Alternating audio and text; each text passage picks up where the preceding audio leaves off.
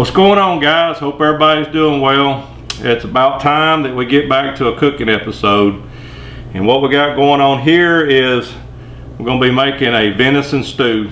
I got a couple different ways that I make this stew, but today we're going to do this particular type, and then maybe next video or so I'll show you a different style. But this is actually from the buck that I shot with my crossbow.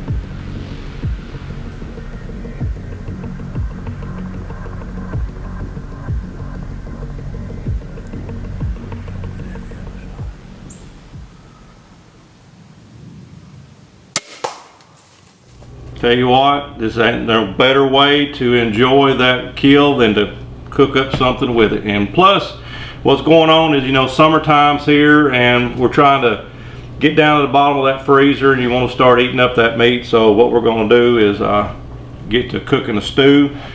But what I've done here is I've chunked this up into bite-sized chunks, you know, whatever you prefer to do, whatever size of meat that you want. And what we're going to do is I've kind of cut out all the middle stuff. That way I didn't want to bore you guys. I'm sure you know how to peel a potato, I know you know how to peel a carrot, so I didn't want to do that. So we went ahead and laid it all out here. But at the end of the video, what we'll do is we'll put up a recipe there. It tells everything that we used and how much of each one that we used. But I'm going to tell you that as we go here. But first thing I'm going to do is going to lay out what I have here. Got 2 pounds cubed up venison.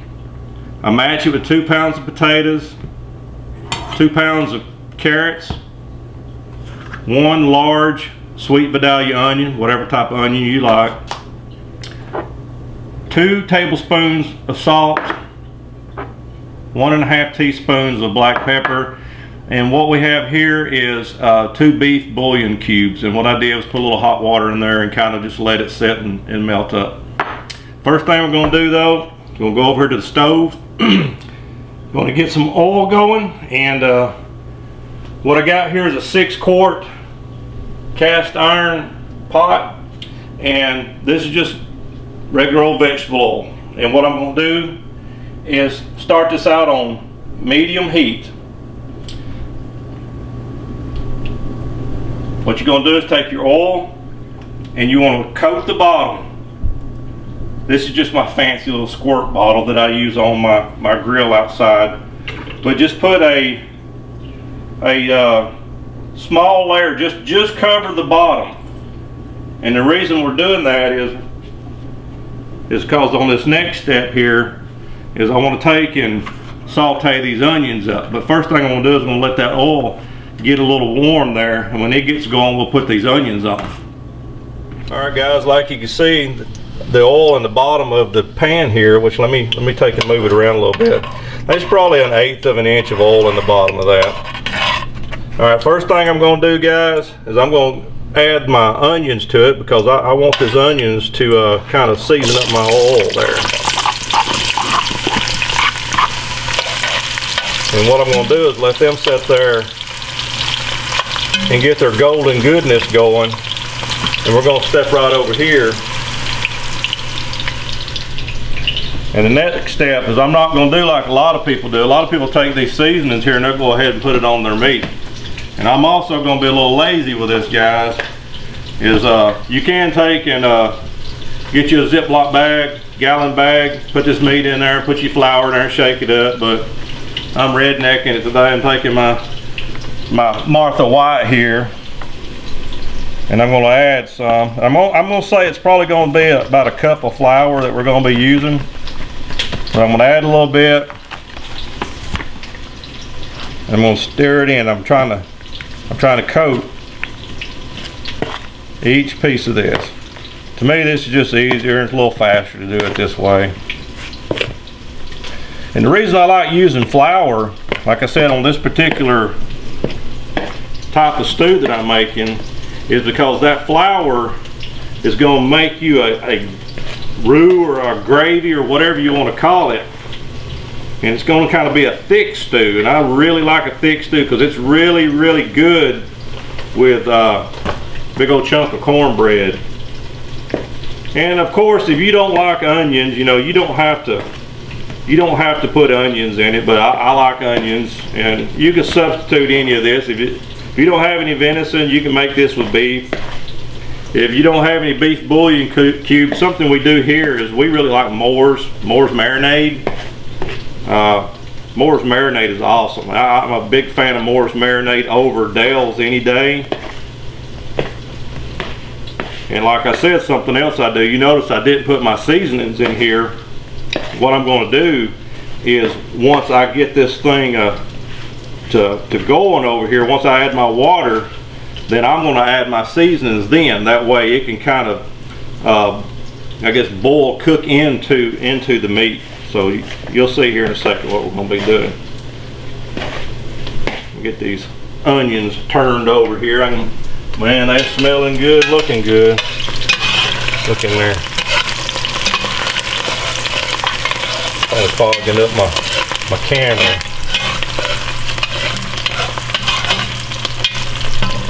Give them a few more minutes. But you can see, guys, how I got this coated. That's going to be just good enough for what we're going to do. We got a light coat of flour on every piece of that meat in there. And you see it's a lot easier. Just take your tablespoon here with your flour poured in there and stir it around until you get all of it covered. And your wife don't get mad at you because you got fire flying all over the house.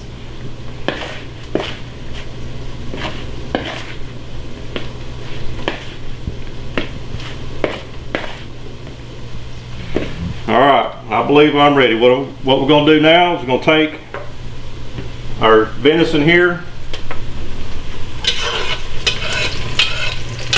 stirring this around. It's going to be sure that those onions are not sticking to the bottom. They caramelize, and now we're going to add our deer.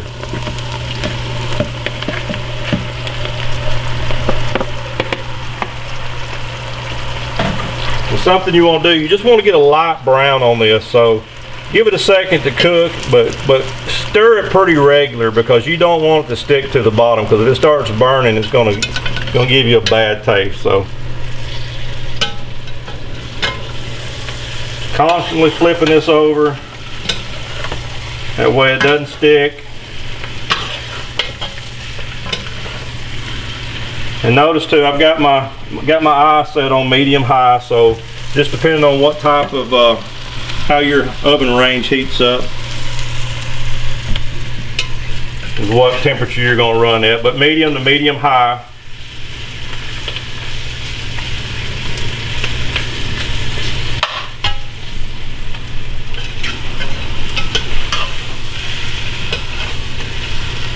Man, that's smelling good already. We just got off work a few minutes ago, so you guess what we're having for dinner tonight.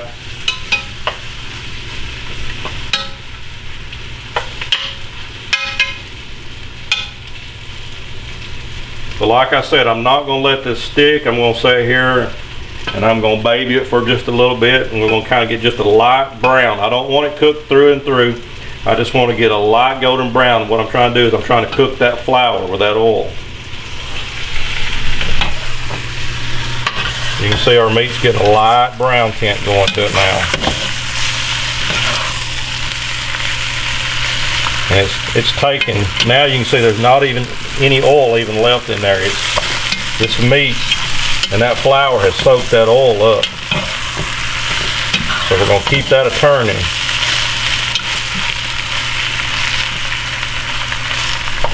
Alright guys, what we're doing now, this stew is fixing to come together pretty quick. In this pitcher here, I got some hot water. That's just because I don't want to slow the cooking process down. I've probably sat here and tended this meat over and over probably about 5 minutes, not a real long time, just enough to try to cook that flour. And you'll notice it's trying to stick to the bottom. What we're going to do now is we're going to keep it from sticking. We're going to take this water, and what I'm going to do is I'm just adding enough right this second to cover that meat. And what I'm doing now is, because I don't want that to stick, is I'm running this across the bottom here just to be sure I get all of that what was trying to stick off the bottom. You don't want anything sticking. Just move it around. And you can see, look, it's turned, you see a light gravy right there. That's nowhere near enough water, but that's just enough to keep it from sticking to the bottom.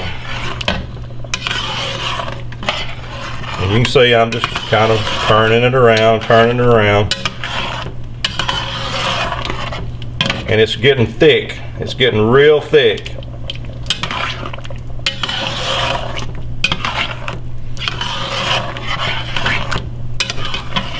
That's why I love this type of stew. I love that gravy, especially with that salt and pepper in it, and them beef bouillon cubes. Man, you could actually take this right here and serve it over rice. But you can see we got a good boil going on. I'm gonna add another couple cups of water.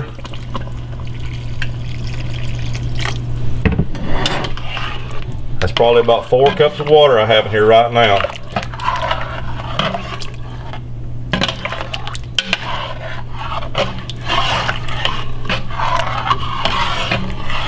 All right, guys, next step is I'm gonna take my potatoes. I'm gonna try to keep this from splashing on me, so I'm gonna be real gentle putting them in here.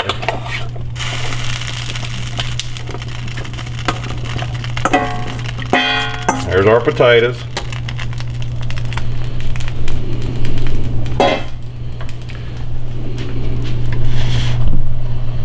Now we're gonna add our carrots. Our family, we love a lot of carrots and a lot of potatoes. Like I said, I try to match the venison 2 pounds, the carrots 2 pounds, and the potatoes 2 pounds. All right, guys. Next step is our beef bouillon mixture. That's going to give it a real dark gravy look.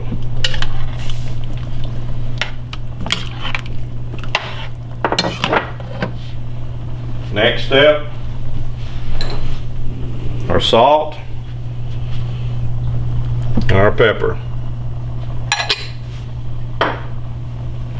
All I'm going to do now is just be sure I get it all blended together.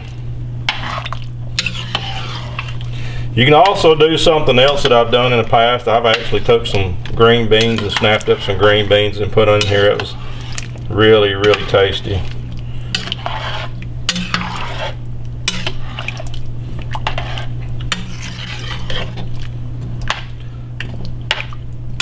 All right, right there's what we got.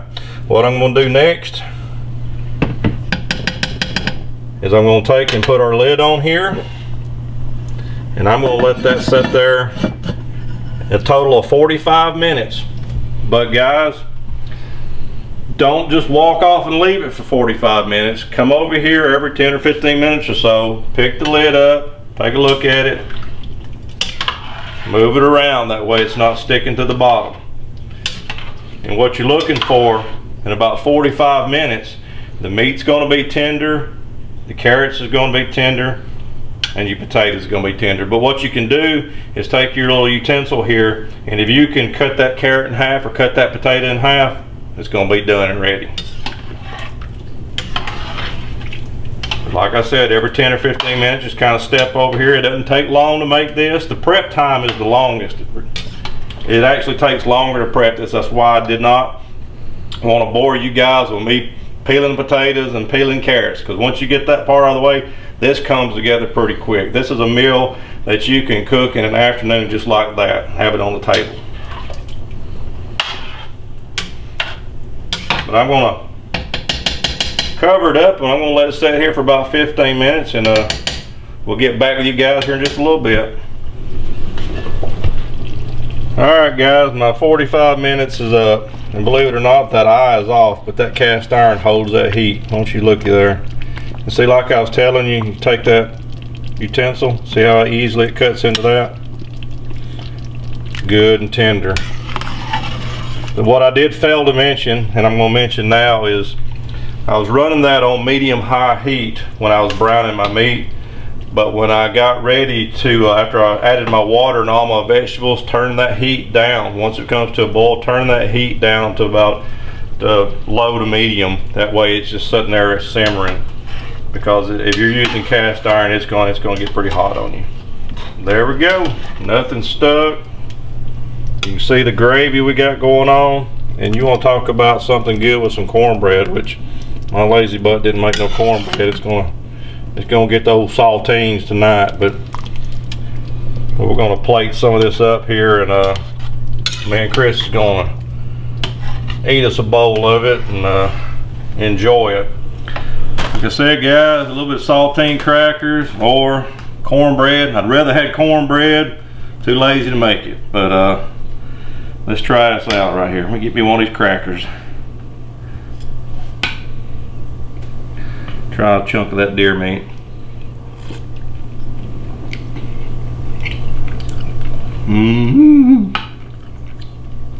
It's hot though. Really hot. My cameraman's about to die because I got him a bowl of it over here too. I got one of these potatoes.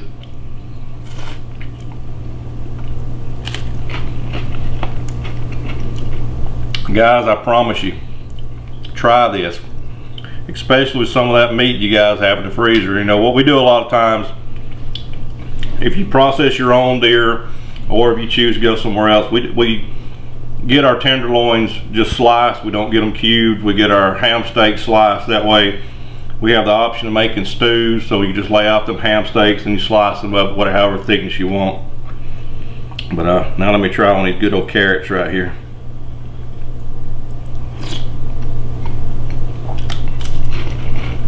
Man, that's so good. Sorry.